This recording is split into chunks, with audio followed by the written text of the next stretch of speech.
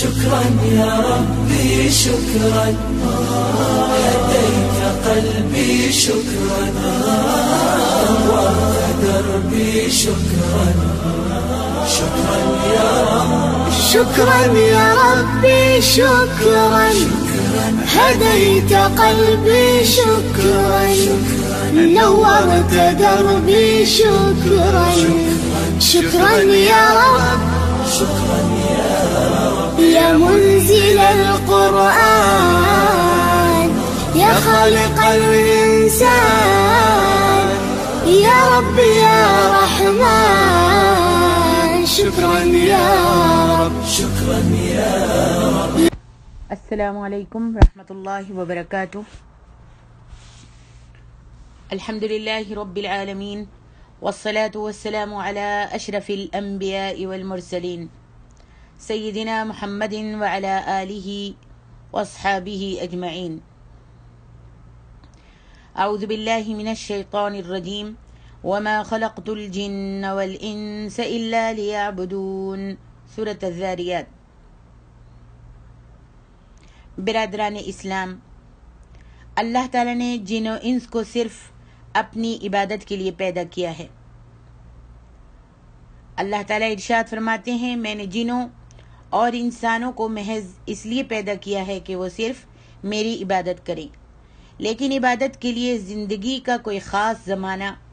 یا سال کا کوئی خاص مہینہ یا ہفتے کا کوئی خاص دن یا کوئی خاص رات متعین نہیں ہے کہ بس اسی میں اللہ تعالیٰ کی عبادت کی جائے اور باقی زمانہ عبادت سے غفلت میں گزار دیا جائے، بلکہ جب انسان کی خلقت کا اصل مقصد ہی یہ ہے کہ وہ اللہ تعالیٰ کی عبادت کرے، تو بلوغت سے لے کر زندگی کے آخری دم تک اسے ہر لمحہ عبادت میں گزارنا چاہیے. اللہ تبارک و تعالیٰ کا فرمان ہے، فَسَبِّحْ بِحَمْدِ رَبِّكَ وَكُن مِّنَ السَّاجِدِينَ وَاعْبُدْ رَبَّكَ حَتَّى يَأْتِيَكَ الْيَقِينُ. بس آپ اپنے رب کی حمد کے ساتھ تسبیح بیان کرتے رہیں اور سجدہ کرنے والوں میں شامل رہیں اور اپنے رب کی عبادت کرتے رہیں یہاں تک کہ آپ پر موت آ جائے. اور کامیاب انسان بھی وہی ہے جو عبادت ہی کو اپنی زندگی کا اصل مقصد تصور کرتا ہے، ورنہ وہ انسان جو اللہ کی عبادت سے غافل رہتا ہے اور دنیا کی ہر آسائش اپنے اور اپنے بال بچوں کے لیے مہیا کرنے کو ہی اپنی زندگی کا مقصد بنا لیتا ہے تو وہ قطعاً کامیاب نہیں ہو سکتا. اس وقت ایک تو مسلمانوں کی اکثریت اللہ تعالیٰ کی عبادت سے غافل ہے، اور اس پر ستم یہ کہ بعض لوگوں نے ان کے دلوں میں یہ بات اچھی طرح سے بٹھا رکھی ہے کہ سال میں 2-3 بار شب بیداری کر لی جائے اور 2-4 روزے رکھ لیے جائیں تو صرف یہی عبادت انسان کی نجات اور اس کی دنیاوی اور اخروی فلاح کے لیے کافی ہے. حالانکہ حقیقت یہ ہے کہ نبی علیہ السلام نے کسی ایک رات کو عبادت کے لیے خاص کرنے سے منع فرمایا ہے. نبی صلی اللہ علیہ وآلہ وسلم کا ارشاد ہے، مسلم کی حدیث ہے، راتوں میں سے صرف جمعے کی رات کو قیام کے لیے اور دنوں میں سے صرف جمعے کے دن کو روزے کے لیے خاص مت کرو. ہاں، اگر جمعے کا دن ان دنوں میں آ جائے جن میں تم میں سے کوئی شخص روزہ رکھنے کا عادی ہو تو اس کا روزہ رکھنے میں کوئی حرج نہیں ہے. لہٰذا اگر کسی ایک رات کو عبادت کے لیے خاص کرنا درست ہوتا تو آپ صلی اللہ علیہ وآلہ وسلم جمعے کی رات کو اس کے لیے خاص کرنے کی اجازت دے دیتے، کیونکہ یوم جمعہ ہفتے کے تمام ایام میں سب سے افضل ہے. لیکن آپ صلی اللہ علیہ وآلہ وسلم کا اس سے منع کرنا اس بات کی واضح دلیل ہے کہ سال بھر میں کسی ایک یا 2 راتوں میں عبادت کرنا اور باقی پورے سال میں اللہ کی عبادت سے غافل رہنا بالکل درست نہیں ہے. خود نبی علیہ السلام کی عادت مبارکہ بھی یہی تھی کہ آپ صلی اللہ علیہ وآلہ وسلم سال بھر کی راتوں میں عبادت کرتے تھے، بلکہ آپ کی زندگی کا ایک ایک لمحہ اللہ ہی کی عبادت میں گزرتا تھا. لہٰذا ہمیشہ اس بات کی کوشش کرنی چاہیے کہ زندگی کا ہر لمحہ اللہ کی عبادت بن جائے، اور یہ اس وقت ہو سکتا ہے جب ہم ہر قدم اللہ تعالیٰ کی منشا کے مطابق اٹھائیں اور ہر کام اس کی رضا کے لیے کریں۔ حضرت عائشہ رضی اللہ تعالیٰ عنہ بیان کرتی ہیں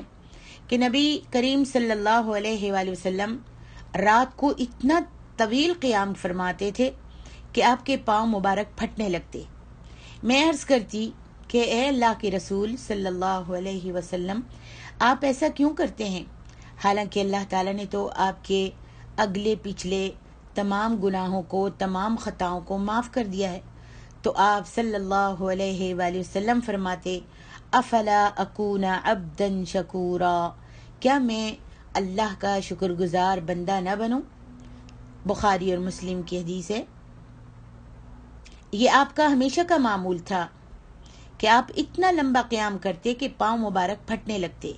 یا ان پر ورم آ جاتا۔ یہ نہیں کہ بس سال میں 2 یا 3 مرتبہ ایسا کرتے، 2 یا 3 راتیں ایسا کرتے، بلکہ آپ کی ہر رات کی عبادت ہی ایسی ہوتی تھی۔ اور زندگی گزارنے کا سب سے بہتر طریقہ بھی نبی علیہ الصلاۃ والسلام کا طریقہ ہی ہے۔ حضرت جابر بن عبداللہ رضی اللہ عنہ بیان کرتے ہیں کہ رسول اللہ صلی اللہ علیہ وآلہ وسلم خطبہ جمعہ میں یوں ارشاد فرماتے تھے، اما بعد فإن خیر الحدیث کتاب اللہ وخیر الہدی ہدی محمد صلی اللہ علیہ وسلم وشر الامور محدثاتها وکل محدثۃ بدعہ وکل بدعۃ ضلالہ وکل ضلالۃ فی النار۔ مسلم کی حدیث۔ حمد و ثنا کے بعد تم سب کو معلوم ہونا چاہیے کہ بہترین بات اللہ کی کتاب ہے اور بہترین طریقہ محمد صلی اللہ علیہ وآلہ وسلم کا طریقہ ہے، اور کاموں میں سب سے برا کام وہ ہے جو دین میں نیا ایجاد کیا جاتا ہے، اور ہر بدعت گمراہی ہے اور ہر گمراہی جہنم میں لے جاتی ہے۔ اس حدیث سے معلوم ہوا کہ کتاب اللہ اور نبی کریم صلی اللہ علیہ وآلہ وسلم کی سنت مبارکہ ہی اصل دین ہے، اور جو کام کتاب اللہ اور سنت رسول صلی اللہ علیہ وآلہ وسلم سے ہٹ کر دین میں نیا ایجاد کیا جاتا ہے وہ سب سے برا کام ہوتا ہے، اگرچہ وہ لوگوں کی نظروں میں کتنا ہی اچھا کیوں نہ ہو۔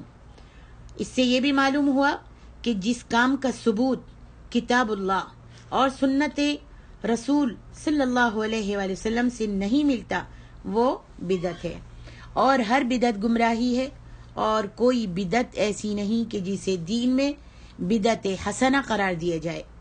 بدعات سب کی سب گمراہی ہیں، اور جو لوگ ان پر عمل کرتے ہیں انہیں گمراہ کرنے والی ہیں۔ ماہ شعبان میں رسول اللہ صلی اللہ علیہ وآلہ وسلم رمضان کو چھوڑ کر باقی سب مہینوں کی بنسبت زیادہ روزے رکھتے تھے، اور آپ صلی اللہ علیہ وآلہ وسلم یہ فرمایا کرتے تھے کہ اس مہینے میں نیک اعمال اوپر اٹھائے جاتے ہیں، اور مجھے یہ بات پسند ہے کہ میرے اعمال روزے کی حالت میں اوپر اٹھائے جائیں، یعنی آسمان کی طرف اٹھائے جائیں۔ تاہم یہ درست نہیں کہ شعبان کا مہینہ ان 4 مہینوں میں شمار کیا جائے جو حرمت والے مہینے کہلاتے ہیں، اور جن میں جنگ و جدال اور خون وغیرہ کرنا، قتل وغیرہ کرنا حرام ہو جاتا ہے۔ تمام مفسرین و محدثین علماء کا اس بات پر اتفاق ہے کہ یہ 4 مہینے جو حرمت والے ہیں وہ ہیں ذوالقعدہ، ذوالحجہ، محرم اور رجب کے مہینے ہیں۔ شعبان کو کسی مفسر نے ان 4 مہینوں میں شمار نہیں کیا۔ اس پورے مہینے میں آپ صلی اللہ علیہ وآلہ وسلم نے جس عبادت کا خاص طور پر اہتمام کیا وہ ہے روزہ۔ شعبان کے مہینے میں نبی صلی اللہ علیہ وسلم نے جس عبادت کا خاص طور پر اہتمام کیا وہ ہے روزہ، اور اس کا اہتمام بھی پورے مہینے میں کیا، کسی ایک دن کے ساتھ اس کو خاص نہیں کیا، اور نہ ہی اس مہینے کے کسی ایک دن کے روزے کی کوئی آپ نے فضیلت بیان کی۔ حضرت عائشہ رضی اللہ تعالیٰ عنہ بیان کرتی ہیں کہ رسول اللہ صلی اللہ علیہ وآلہ وسلم روزہ رکھتے تھے، یہاں تک کہ ہم کہتے کہ آپ روزے نہیں چھوڑیں گے، پھر روزہ چھوڑ دیتے یہاں تک کہ ہم کہتے کہ آپ روزہ نہیں رکھتے، اور میں نے رسول اللہ صلی اللہ علیہ وآلہ وسلم کو کبھی کسی مہینے کے مکمل روزے رکھتے ہوئے نہیں دیکھا سوائے رمضان المبارک کے، اور میں نے رسول اللہ صلی اللہ علیہ وآلہ وسلم کو شعبان سے زیادہ کسی مہینے میں روزے رکھتے ہوئے نہیں دیکھا۔ نیز حضرت عائشہ رضی اللہ تعالیٰ عنہ بیان کرتی ہیں رسول اللہ صلی اللہ علیہ وآلہ وسلم کو، پہلے جو میں نے حدیث آپ کے سامنے بیان کی ہے وہ بخاری اور مسلم کی ہے، اب یہ دوسری حدیث ابو داؤد کی، رسول اللہ صلی اللہ علیہ وسلم کو روزوں کے لیے سب سے محبوب مہینہ شعبان تھا، پھر آپ صلی اللہ علیہ وآلہ وسلم اس کے بعد رمضان کے روزے رکھتے تھے۔ ابو داؤد کی حدیث ہے، وصحح البانی نے اس کو صحیح کہا ہے۔ اسی طرح ان کا بیان ہے، یہ ترمذی کی حدیث ہے اور اس کو بھی البانی نے صحیح کہا ہے، میں نے نبی کریم صلی اللہ علیہ وآلہ وسلم کو شعبان سے زیادہ کسی مہینے میں روزے رکھتے ہوئے نہیں دیکھا، آپ اس میں روزے رکھتے تھے سوائے چند ایام کے، بلکہ آپ پورے مہینے میں ہی روزے رکھتے تھے۔ ہاں، جب رمضان نزدیک آ جاتا تو رمضان سے کچھ دن پہلے آپ روزے چھوڑ دیتے تھے اور رمضان کے روزوں کی تیاری کرتے۔ جبکہ حضرت ام سلمہ کا بیان ہے، میں نے نبی کریم صلی اللہ علیہ وآلہ وسلم کو 2 مہینے مسلسل روزہ رکھتے ہوئے نہیں دیکھا سوائے شعبان اور رمضان کے، اور معلوم رہے کہ یہ صرف رسول اللہ صلی اللہ علیہ وآلہ وسلم کے لیے تھا، اور نبی صلی اللہ علیہ وسلم بھی رمضان سے کچھ روز پہلے روزے رکھنا چھوڑ دیتے تھے۔ حضرت اسامہ بن زید نے رسول اللہ صلی اللہ علیہ وسلم سے سوال کیا کہ اے اللہ کے رسول، میں نے آپ کو کسی مہینے میں اتنے روزے رکھتے ہوئے نہیں دیکھا جتنے آپ شعبان میں رکھتے ہیں، تو آپ صلی اللہ علیہ وسلم نے فرمایا یہ وہ مہینہ ہے جس میں لوگ رجب اور رمضان کے درمیان روزوں سے غافل ہو جاتے ہیں، حالانکہ اس میں اعمال رب العالمین کی طرف اٹھائے جاتے ہیں، اور میں یہ پسند کرتا ہوں کہ میرے اعمال روزے کی حالت میں اوپر کو اٹھائے جائیں، یعنی آسمان کی طرف لے جائے جائیں۔ ان تمام احادیث سے ثابت ہوتا ہے کہ اس ماہ میں کثرت سے روزے رکھنے کا ہم سب کو اہتمام کرنا چاہیے۔ ماہ شعبان کے روزوں کی فضائل جاننے کے بعد